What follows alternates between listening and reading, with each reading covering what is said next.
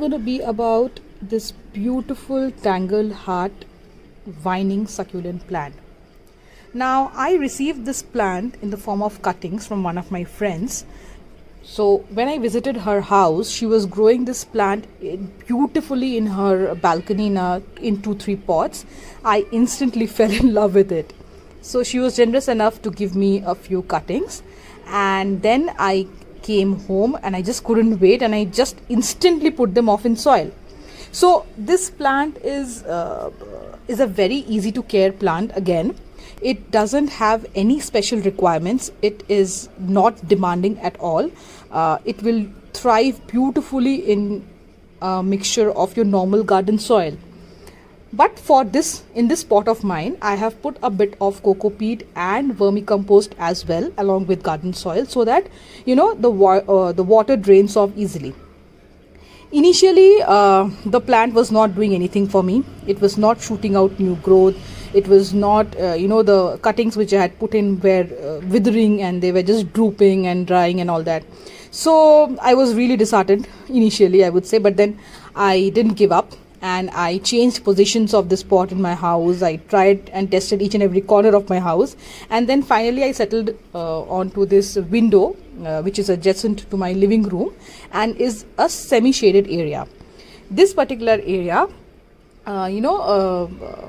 gets a bit of rain as well, but I would say the direct rain droplets do not hit the pot, but some fraction of some part of the rain droplets do hit the pot.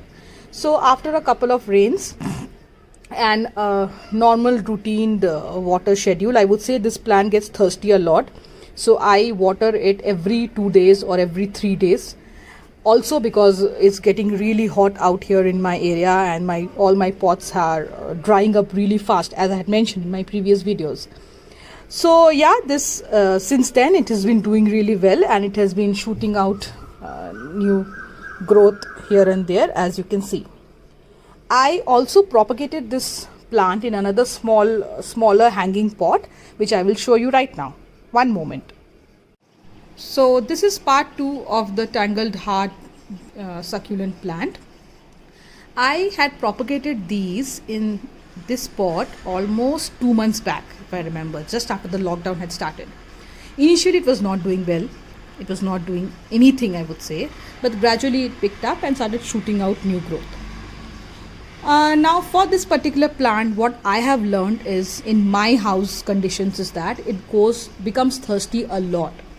Might be because I have refrained from the usual garden soil mixture, and I have added coco peat and vermicompost to it. Coco peat, as you might all know, is known to be a very well draining medium for your soil. So yeah, that might be a reason why, as in it's getting so thirsty quite often. Plus also the summer might add up to the reason list. So if you have this plant and if you wish to own this plant, you might keep those factors in mind depending on the location of your pot, as in where you decide to place this particular pot in your house. That you might have to keep in mind, and hence it will deduct your calculations as to how often should you water it. So yeah, that's about it, guys. It's a beautiful plant. If you can ever get your hands on this, I would assure you that you will never get upset about this. This plant will never disappoint you. You should grab them as soon as you can, and grab them as much as you can. So that's about it today, guys. Now if you are liking my videos, please do like and subscribe, and share it forward amongst your friend circle, amongst your family and your peer group. It would be really helping me out a lot. Also, I would like to mention that I have an Instagram page called as an Eclectic Touch, wherein I keep posting planting content on a day-to-day basis. Would request you to please follow me there, and yeah, stay tuned for other videos, guys. Keep safe. Bye bye.